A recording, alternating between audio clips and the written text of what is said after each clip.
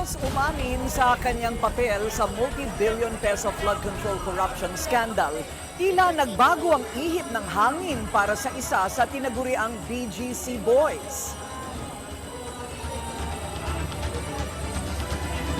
Sa kanyang inihaing counter affidavit, sinabi ni Henry Alcantara na wala siyang kinalaman sa anumang kickback scheme o ghost projects. Narito ang exclusive agenda. Yan itong baboy na si Alcantara. Wala daw siyang kinalaman sa kickback ghost projects. Noon umamin ka na eh. Ngayon, biglang kambyo, nagsinungaling ka agad.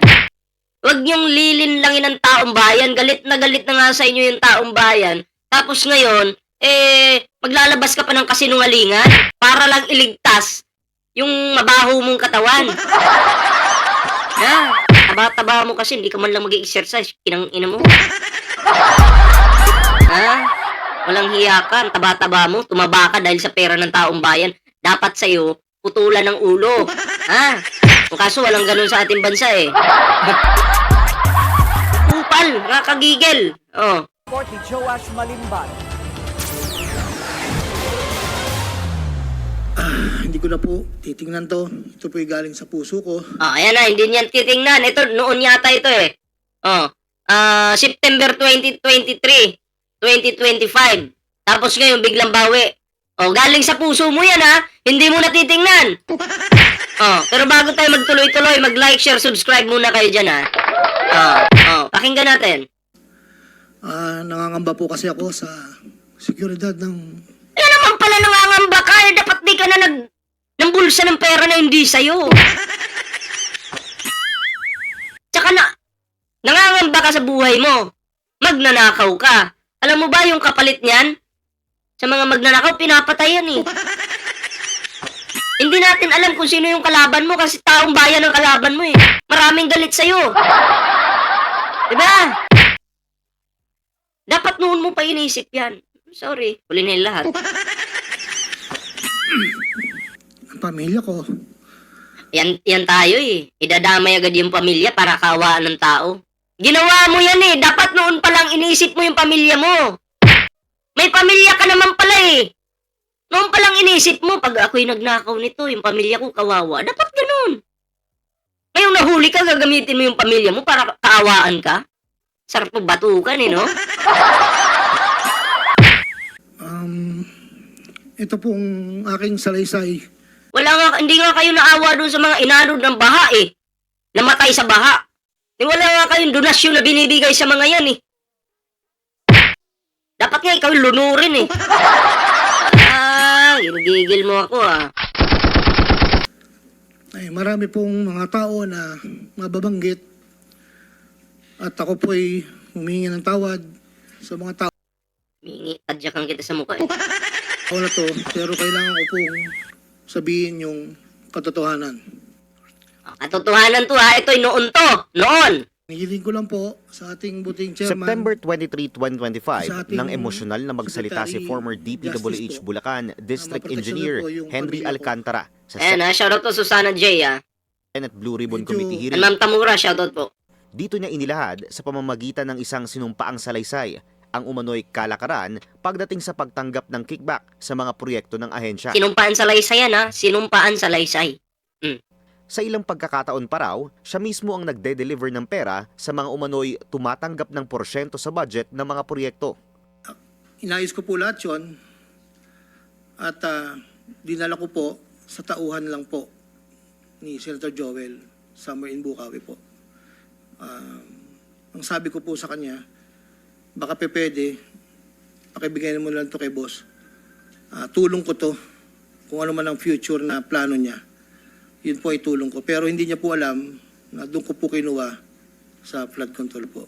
Pero sa pinakahuling counter affidavit na isinumite ni Alcantara sa preliminary investigation ng DOJ nitong January 5, tila kumabig si Alcantara sa ilang statements na una niyang inilabas noong nakaraang taon. Kumabig ka na, sabi mo, yun yung sinumpaan sa laysay mo yung dati galing sa puso mo at yun yung totoo, sabi mo. Bakit ka ngayon? Kumambyo, anong meron? Matatandaang naghain ng reklamo ang NBI laban kina Alcantara at iba pang DPWH at high government officials kaugnay ng umano'y ghost flood control projects sa ilang parte ng Bulacan. Ayon kay Alcantara, dapat umanong madismiss ang kaso laban sa kanya dahil sa kakulangan ng sapat na ebidensya para Tang ina mo! Papayag po ba kayo na ang kaso laban kay Alcantara madismiss? Dapat daw madismiss. Payag po ba kayo? Press 1 sa hindi papayag. Tanginang yan. Nagsauli ka na nga ng ninakaw mong pera eh. Ano ba yung ninakaw yun eh? Nagsauli ka na nga eh. Tanginang yan. magkaroon ng reasonable certainty of conviction. Para sa umano'y violations sa Anti-Graft and Corrupt Practices Act, sinabi ni Alcantara na wala umanong ebidensya na may pinapaboran siyang kontraktor, employee o kahit na sinong individual. Wala rin daw witness na nagsasabing nag-approve siya ng irregular payments o falsified reports para sa mga natukoy na proyekto. Wala rin daw maituturing na gross inexcusable negligence dahil deliberate daw na itinago ng kanyang mga tauhan sa kanya ang mga umano'y ghost flood control projects. Dagdag pa ni Alcantara, wala rin daw witness na makapagsasabing nag-facilitate siya ng kahit na anong payout. Ang pera na nakalaan para kay Kong Saldi dinadala sa akin. Ako naman po ang nagdadala o naghahatid na hinihinging porsyento ng Kong Saldi sa iba't ibang tao niya. Hindi ko po siya na-meet during pagdadala. Ang tao niya po ay may alias lang Paul. Sir, baka gustong bawiin yung pera niya. Yung pera niya kasi, yung pera niya na sinauli niya, kumbaga, maliit na ano lang yun. Maliit lang yun. Kumpara dun sa ninakaw niya, mga binulsa nila. Mas malaki yung nasa bulsa nila kumpara dun sa sinauli. At Mark. Dahil sila po yung nag-message po sa akin through Viber, disappearing message po yun, na doon ko po dadalhin. May isa o dalawang beses na dinala ko sa parking lot ng Shangri-La Hotel, Bonifacio Global City, ang porsyento ni Kong Saldi. Paminsan-minsan man, inahatid ko ito. Saldi ko talaga no, sarap pauwiin ng Pilipinas. Tapos, yung bunganga niya, saksakan ng maraming pera. No? Torturin ba? Ito na lang isipin po ninyo. Taon-taon, marami pong namamatay sa baha. Taon-taon, maraming nagsasuffer sa baha. Hindi ka man mamatay sa baha, pero lulutang ka sa baha. Nawawa yung mga bata, na mga maliliit, mga may hirap na tao. Buti nga dito sa amin, hindi binabaha eh. Ang kawawa yung nandun sa sentro talaga. 'Di ba? Sila po yung kawawa. Libo-libong Pilipino, milyon-milyon Pilipino yung binabaha. Tapos sila Alcantara, sila Diskaya, yung iba pang senador, may mga namumursyento, 'di ba? Sila Zaldico. Sila po ay ang sarap ng buhay nila. Inuuna po nilang iligtas yung sarili nila, pamilya nila pag may baha. Yung mga nasasakupan po nila, wala silang pakialam mamatay kayo sa baha. Pag may namatayan sa baha, yung mga politikong yan, itong mga kontraktor na to, makikita nyo ba na bumibisita doon sa mga namatayan ng baha? Hindi! Ang laki-laki ng ninakaw nila, pero hindi bibisita yan. Sino ka ba? Mahirap ka lang, sila magnanakaw. Diba? Jesus Mariusip. Kaya, sasabing, papayag ba kayo na ma-dismiss ito? Tangina, maraming magwawala pag nangyari yan. Sa kanyang bahay, sa Ladybug Street, Valle Verde 6, Pasig City. Mula Ortigas po, kakaliwa ka, stoplight, may gate ka kanan, kakaliwa ka kanan, makikita na po yung bahay. Sa reklamong malversation of public funds, sinabi ni Alcantara na hindi umano siya nag-utos, nag-authorize o nag-participate sa pagsagawa ng ghost projects dahil tinago raw ng kanyang mga tauhan ang mga nasabing aktibidad. Wala rin daw kahit na anong proof na nakatanggap siya ng personal benefit. Tauhan mo, hindi mo makukontrol. Tauhan mo. Alam mo, tauhan mo lang yan. Diba? Ikaw dapat yung nagpapaikot sa tauhan mo, hindi ikaw yung pinapaikot. Sa mga natukoy na proyekto. Maniwala po ba kayo? Yung boss, papaikutin lang ng tauhan. Payag ba kayo? Bossing ka ngayon. May-ari ka ng negosyo. Pagpalagay natin, negosyo mo, barbershop. Papaikutin ka lang ng tauhan mo. Sabihin na, boss, ano lang yung kita dito eh. 500 lang. Yung pala, 1,000. Maniniwala ka ba? May access ka dyan eh. Oh, alam mo yan. Gagagbuhin mo pa yung taong bayan. So, itinanggi rin ni Alcantara ang alegasyon ng direct bribery at kahit na anong partisipasyon sa mga umano'y bid rigging na nagaganap sa procurement ng mga DPWH project, lalo na't hindi raw ito sakop ng kanyang mga responsibilidad bilang isang district engineer. Aniya, ministerial ang kanyang duty at tagapirma lang daw siya ng mga dokumento na ibinibigay ng kanyang mga subordinate. I-review mo! Taga-pirma ka pala, i-review mo yan! Bago mo pirmahan! Tanga! Pag pinirmahan, ibig sabihin approve sa'yo. Kung sa tingin mo may anomalya dyan, o teka lang, hindi ko pipirmahan to, mukhang magkakaproblema tayo dito ah. Ganun ba? Bobo. Sa kabila nito, aabot na sa mahigit 100 milyong piso ang ibinalik ni Alcantara sa DOJ. Imagine oh, 100 milyong piso mga pre ah. Oh, tingnan nyo to ah. Ayan. Ang ibinalik ni Alcantara. Ayan oh, dami-daming pera niyan. Sarap buhay nila. Yung mahihirap, sigurado po ako, simula ng pinanganak, hanggang sa pagtanda, hindi pa makakahawak ng ganyang pera. Pero nagsisikap sila ng maayos para mabuhay. Pero ito, tingnan nyo to. Grabing pera yan. Hindi naman nila pera. Pera ng taong bayan yan. Pera ng mga Pilipino yan. Grabe. Alcantara sa DOJ ayon kay Acting Justice Secretary Frederick Vida, kaugnay ng mga umano'y kinurap na pondo ng bayan.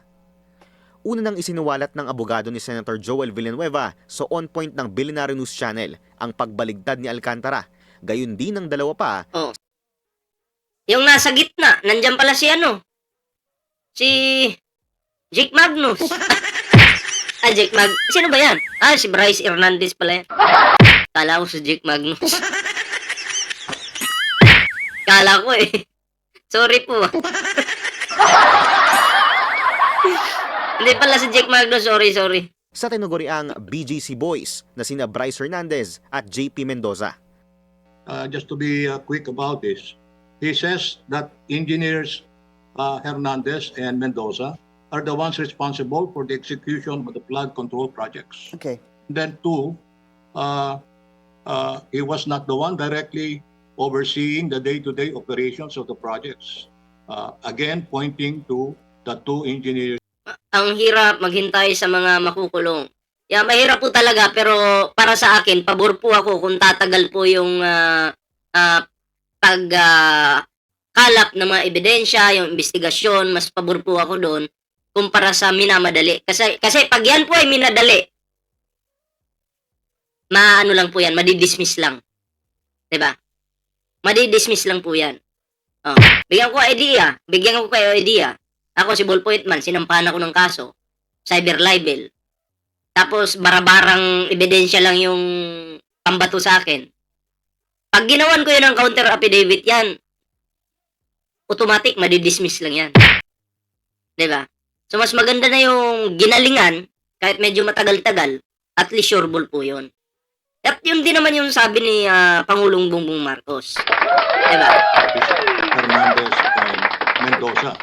Moreover, and this is very telling as far as we are concerned, according to him, there has been no witness that he facilitated any payout.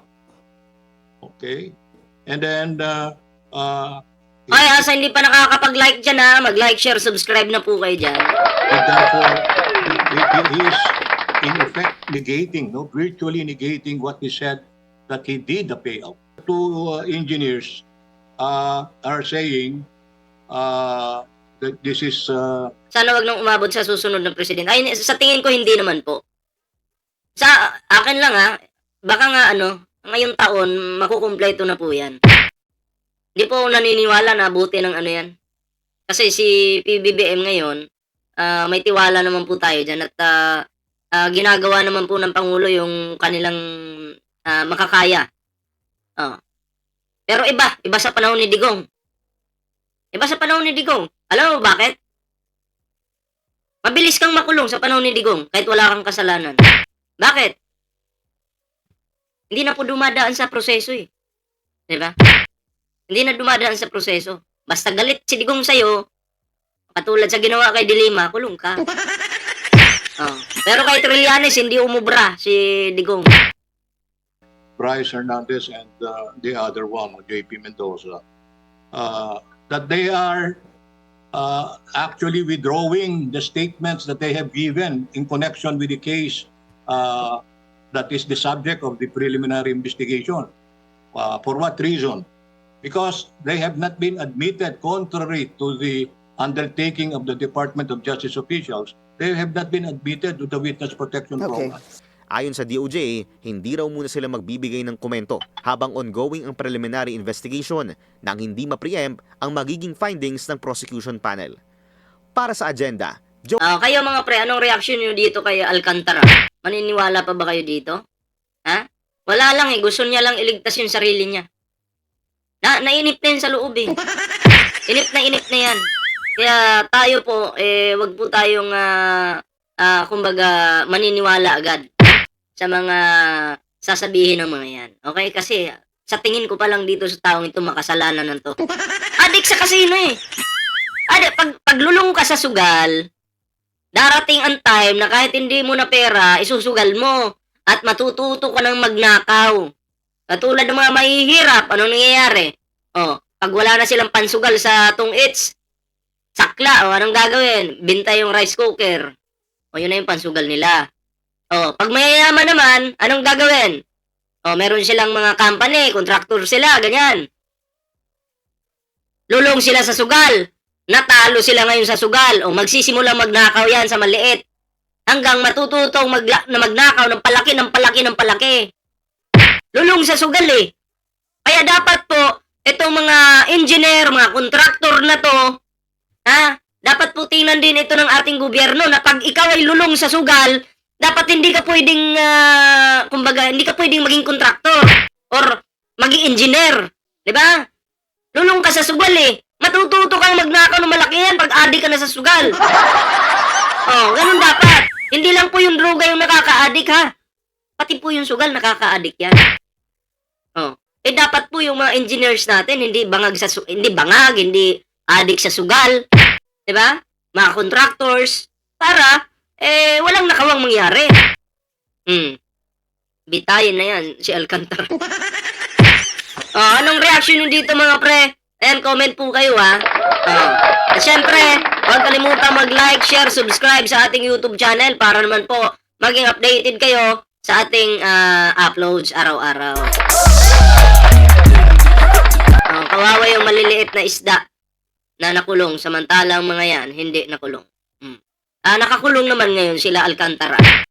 No bail sila no bail. Kapag napatunayang guilty sila, lilipat na yata yan sa Muntinlupa. Pag napatunayang hindi guilty, makakalabas yan. Pero sa tingin ko, pasok talaga to sa banga. No? Pasok na pasok yan.